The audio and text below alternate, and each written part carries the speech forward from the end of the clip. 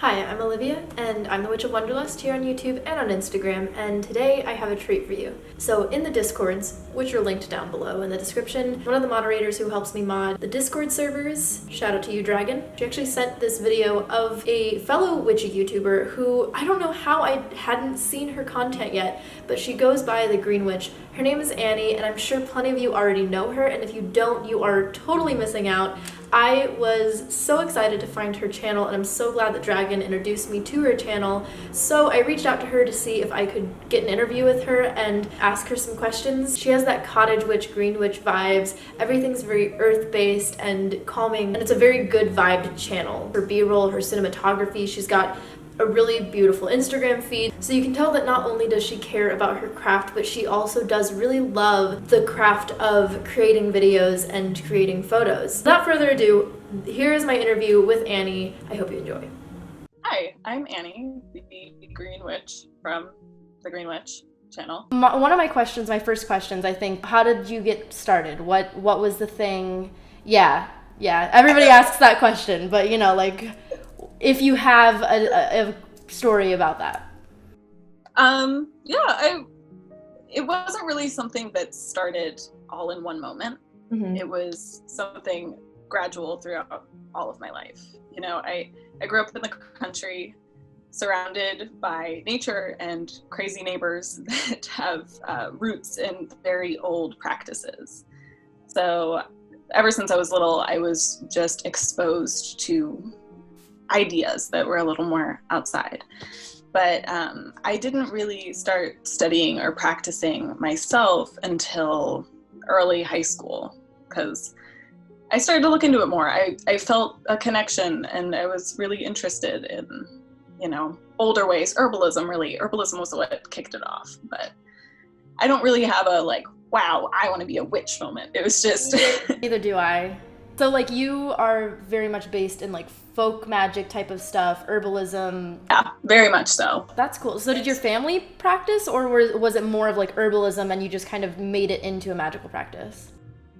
Kind of a little bit of both. So my family doesn't specifically practice. They won't say that. They wouldn't call it that. But we have a lot of traditions, and just through extended family, there's a lot of practice that is witchy, but you know, it's part of how we just lived our lives. Right. So they didn't make that connection. But really, it did for me, I think, start from herbalism. And when I was digging a little deeper into it and understanding, okay, there's more than just literal medicine, there's energy medicine, and like working in tune with all of that stuff. Are you now going to school or like studying under somebody, or is it like a self-study that you're doing for herbalism, and like how are you going about that? A little mix of everything. Okay. So I am going to I'm studying an online course. The Chestnut School of Herbalism is what I'm studying. It is very local based herbalism, if that makes sense. It's focused in herbs and things that grow in my area. So okay. So I really like that. Yeah, that's helpful. It really is. And in addition to that, though, I am mostly self-taught to this point with books and such. And I do plan, when the world gets a little more back on track, to do more in-person classes. But for the most part, self-taught and online. Do you see yourself ever practicing, like, or I mean, I guess maybe not practicing, but like even like learning or delving into other areas of magic, or is this like you're just like, this is it, this is my thing? This is definitely my thing. It's where my heart will always be, but I am so wildly interested in astrology and divination and just general stuff like that.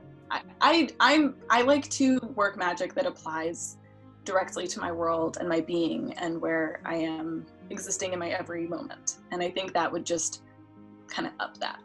I like solitary, quiet practices. I would be interested in just viewing it or being a part of something a little bigger and grander like that. But I prefer my personal practice self. Okay, so there's two other questions that I know people will be asking, so I'm going to ask them. One of them is, what does your like daily practice kind of look like? Like, how do you put that into your day-to-day life? Because I know that you've made a few videos of like little things that you do that you kind of imbue your magic into your day-to-day life rather than like making it this whole thing every single time.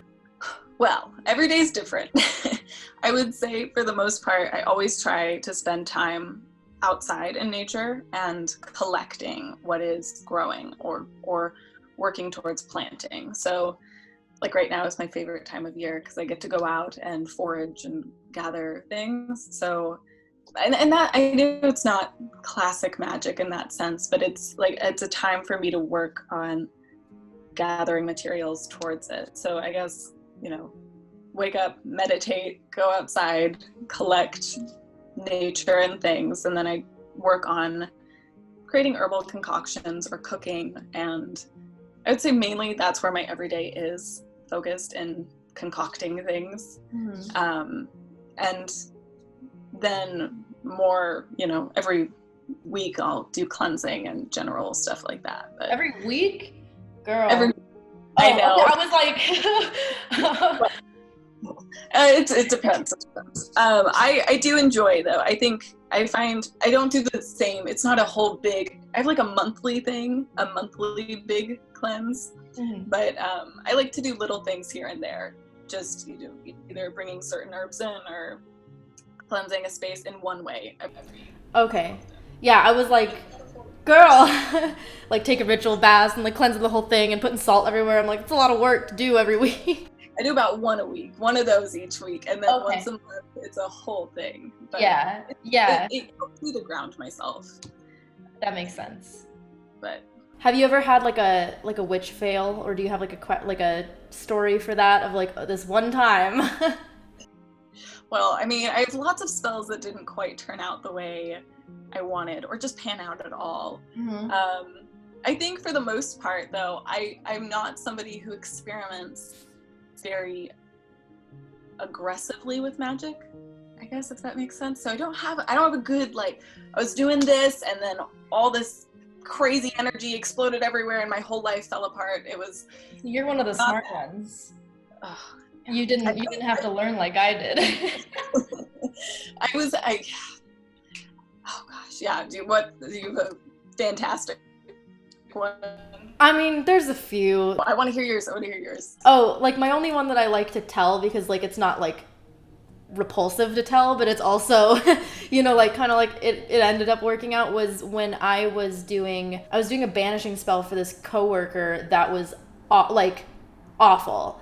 And like awful as in, he wasn't like a great person to work with, but he was also like, it was like that borderline sexual harassment, like with other people. And like, I was just kind of like, man, but there wasn't like anything solid that you could bring to the higher ups and be like, hey, this person needs to go. And like every time, you know, anybody did, it was just kind of like, well, we'll talk to him or whatever. You know what? I'm gonna do a banishing spell. I'm gonna just like kind of get him to maybe like leave me alone, or we'll get like separate schedules or something.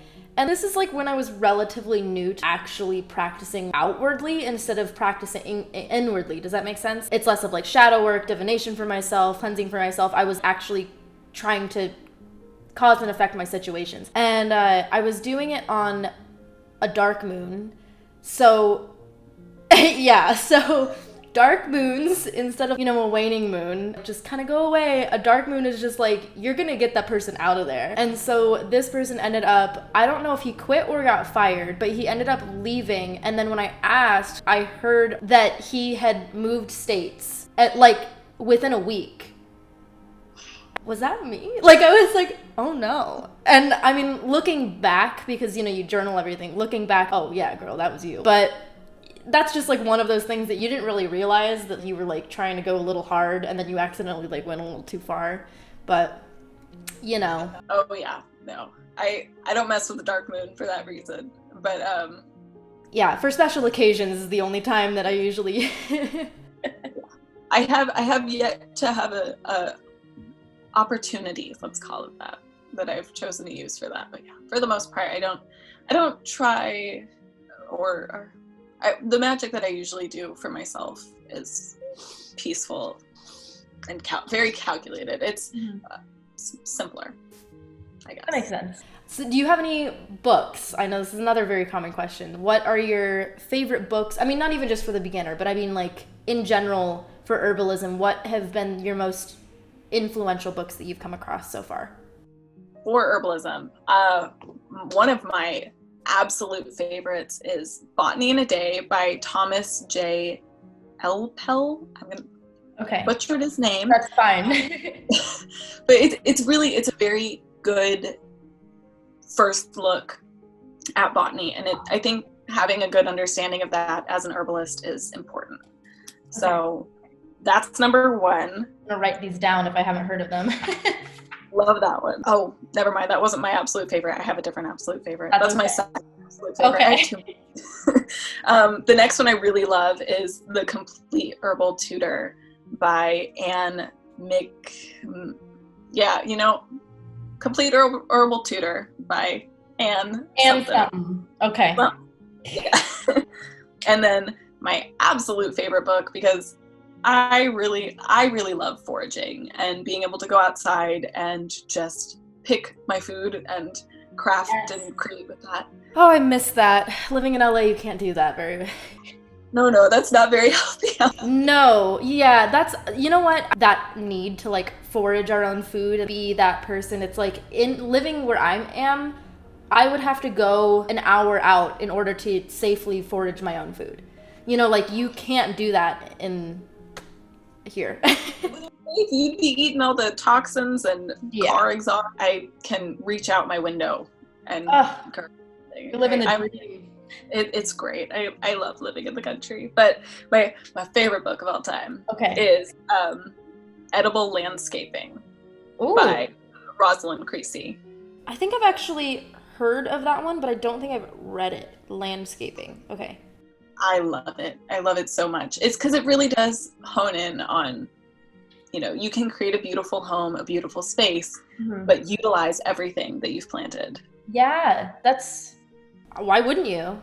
I know. I think that's what you got to do as a witch, right? Yeah, exactly. There's one of the things that I like always try to tell people, because I mean I'm definitely not an herbalist. One of the things that I always try to tell people is learn the plants that are native to where you're living. The best way to start, and I feel like people just like overlook all the plants that they walk past every single day. It's upsetting because it's just like you have all these little plant friends that are gonna help you out, are and have been sacred to the people who were native here prior, and you're just, like you don't even see them. Those poor plants are like, bro, I'm right here. And you're like you're not utilizing that. I know that was my mistake when I first began. I was really focused on, this spell says I need this, this, and this, or, these people are talking about these specific herbs, but they weren't native to where I lived, or, they weren't in season or just in my yard. I can walk outside and craft a, spell or just create herbal medicine with what's growing abundantly around me. Yeah. And I think there's so much power with that. There really is. Well, and it's just kind of like, I mean, if you work with nature spirits and plant spirits and all, it's just like you have all of those things at hand for free. You don't need to go out and buy all these things and, have all these random wild herbs or whatever. You have these at hand, literally outside your door or like on a hike or whatever. When I first moved to Los Angeles, one of the things, like I hated it here. Because it was like huge culture shock. Learning the plants that were around me and that were like native to California made me feel a lot more at home, because all of a sudden I felt a lot more grounded, more connected to the place that I was actually living in. I felt like less of an alien. It was almost like I was getting to know my neighbors, but not people, so it was fine. So do you have like a specific tonic or like elixir, anything that you personally have made and found that it works really well for you? Yes, I have a couple, lots. For the most part, I'm very season-based, so I like to create on the margin of the season. I live in Virginia, so, we have 4 seasons. They're very distinct. And so my tonics will change throughout the year. But one that I have a, peace, calm, just full grounding one that I make, that's really just, I made it when I was in high school because I just was always stressing about work and school and things. So it's lavender, chamomile, and ginger. And that's my automatic go-to to just, those are my favorite herbs to work with too. But that's something I can do year round. But I think really herbal medicine tonic that is my favorite to craft is elderberry syrup. Oh, that sounds so good. It's amazing. Oh, that sounds so good. I love elderberry syrup. I just planted 2 new elderberry trees last week. I'm so excited for them to grow up and be mature so I can harvest from them directly. Yeah. I don't know what it is about it, but I think it's like also because it's correlated to the Fae that I'm just like, yes. And it just tastes so good. I love elderberries. They're one of top. There's something so like homey and just, I don't know. They're so magical. I know that all herbs are magical, but there's like something about the elderberry specifically that just seems, they're just so wise. And you know, like they have all this power. There's something about them that I'm just like, you know things, don't you? They do. I mean, traditionally they're planted outside of homes for protection. Mm-hmm. And like I'm gonna go off on tangents, but I like they're perfect. They're wonderful though. They're sacred to, I don't remember, I'm not gonna say because I'm gonna mess it up, but they're sacred to a Greek goddess, and they are protective, and they draw in wealth and happiness, and I love them. There's so much greatness about them, and they just grow into these cute little bush trees, and they're just perfect. I'm like downing my coffee. Yeah, that's like pretty much mainly a lot of the questions that I had for you, because I knew that those were probably very common questions. But also, like, I've only seen a good handful of your videos, but I feel like if I watched all of them, maybe I would know all of these things. It's not possible. But also, yeah, I get those questions all the time too. And so it's good to answer them. Aside from witchcraft or like magic and herbalism, for your videos, and I mean your Instagram is gorgeous too. So I was like scrolling through and I was like, oh my god. Do you have any inspirational people that you follow like online that you learn from, or like are there people that you kind of look up to or that you've learned from for those things? Definitely. I have to look at my thing to remember their names. But I did go to art school for a short stint. Oh, okay. Very short stint, but I learned a little bit of finagling then. But originally I was really inspired by Allison Olivia Moon. I don't know if you've followed her, but she's really proficient with Photoshop and making these really magical photos. No, I'll have to write her down as well. Her stuff, Olivia Moon? Mm-hmm, her stuff is gorgeous. It's incredible. And I can't match her, so I gave mine too. But it's very inspiring to follow her though, and it's just everything she creates is so beautiful, and just it drives me to keep trying to create more things. But that's Instagram, and then I also Maria Malinovia. I think she's Ukrainian. Okay. But she has a lot of floral shots. She grows this big garden, and those, for the most part, are what inspire me in regards to photos and stuff like that. But for my channel, I'm not entirely sure what sparked me now all the way, but I've recently found people that I really love. Joanna. Yes, I love her. I know exactly who you're talking about. She's in Switzerland, right? Oh, I love her so much. I just found her. I found her recently. She commented on one of my videos, and I just clicked on it because I was like, okay, I think I feel something from you. Yeah. And her drone shots are just beautiful. Oh my god. Yeah. It inspires me every day to just, and her music. Yes. And her art. Oh, I could fangirl about her all day. Well, cool. Now I have like a cute little list of things to check out. I'm really excited. So do you have any questions for me, or like are you chilling? I actually have a lot. I don't know. I mean, they're not really like interesting for YouTube content, but you've always been an inspiration for me. Oh. I mean, you were somebody that kind of piqued my interest in pursuing YouTube, and that's awesome. Like, yeah. Well, you're a person, you know. Yeah. And obviously, you're a person. What? Whoa.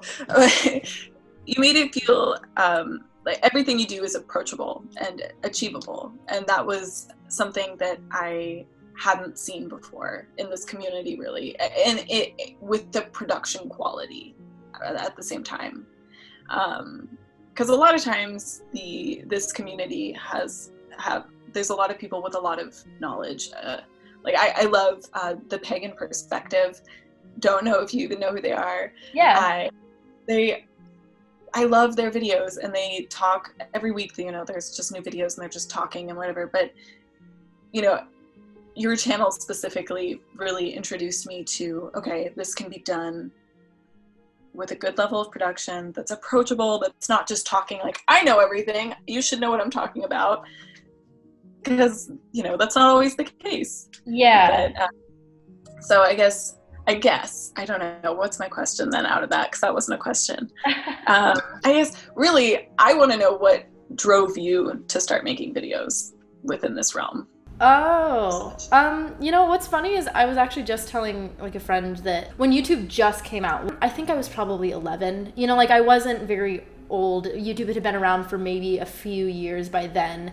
And I remember like setting up like a whole studio in my basement with my friends and being like, we need a catchy name, we need a schedule, we need to like figure out a content, I need to write a script. Like I like was already like on that, and they were just like, can you not be like this? And I was like, no, just listen. And it never ended up happening, but there was just something about like creating videos and photos that I've always loved. Like you know, looking back, I've always had a camera on me, and like I've always enjoyed documenting. Like if you look way back in my videos, they're all just vlogs just to make vlogs. Like I just enjoyed doing that and editing videos. And then that turning point of turning it into like witchcraft videos was just because I was like very active on Tumblr, which by the way, do not get your witchcraft advice on Tumblr. Nobody do that. Lesson learned, Olivia. But like a lot of people were asking me about Moonwater because at the time, like I didn't have the means to have tools. So like Moonwater was like the thing that I had, you know? And so I made a video about it, and that was kind of that turning point that I was like, oh, this is something that I enjoy talking about, and also like I enjoy making videos, and it just kind of like went from there to where I am now. Like at no point was I ever like, my goal is to be a YouTuber, but this is just kind of like how it worked out, and like I'm glad that it did. Yeah.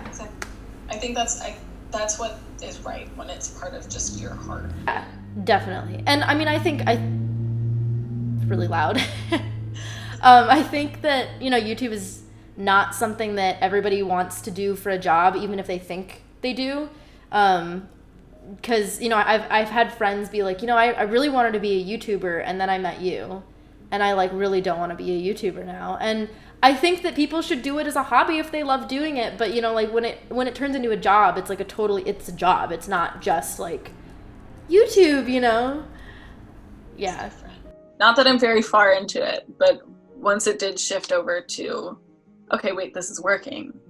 You know, it's scheduled into my days and my weeks, and yeah, it's my part of my life more than it was before. It's not so much a hobby anymore, right? Yeah.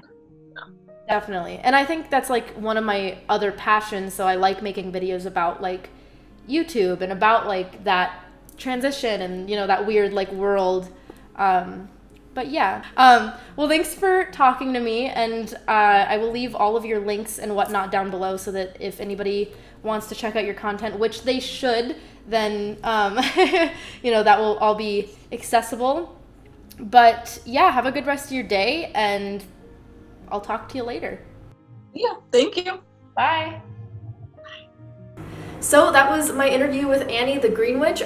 I hope that you check out her channel. Again, her b-roll, her vlogs, her videos, just so good. So I am just really excited to see what she does as a creator as well, on top of seeing the things that she shares with her practice and her experience in herbalism and being, in that green witchy path. I also am so excited when she shares all of these recipes. And if you can hear that, my neighbors are binge watching movies or something. We're bored in quarantine. That's what everybody's doing right now. So yeah, if you can hear that, that's what it is. But yeah, that is my interview. I hope you enjoyed. Please go give her some love if you have not seen her channel yet. And if you enjoyed, do leave a like. It actually really does help me and all of your fellow YouTube creators. And yeah, that's it. But as always, thanks so much for watching. Best of luck. Be kind to each other. And may your gods treat you as you've treated others. Bye.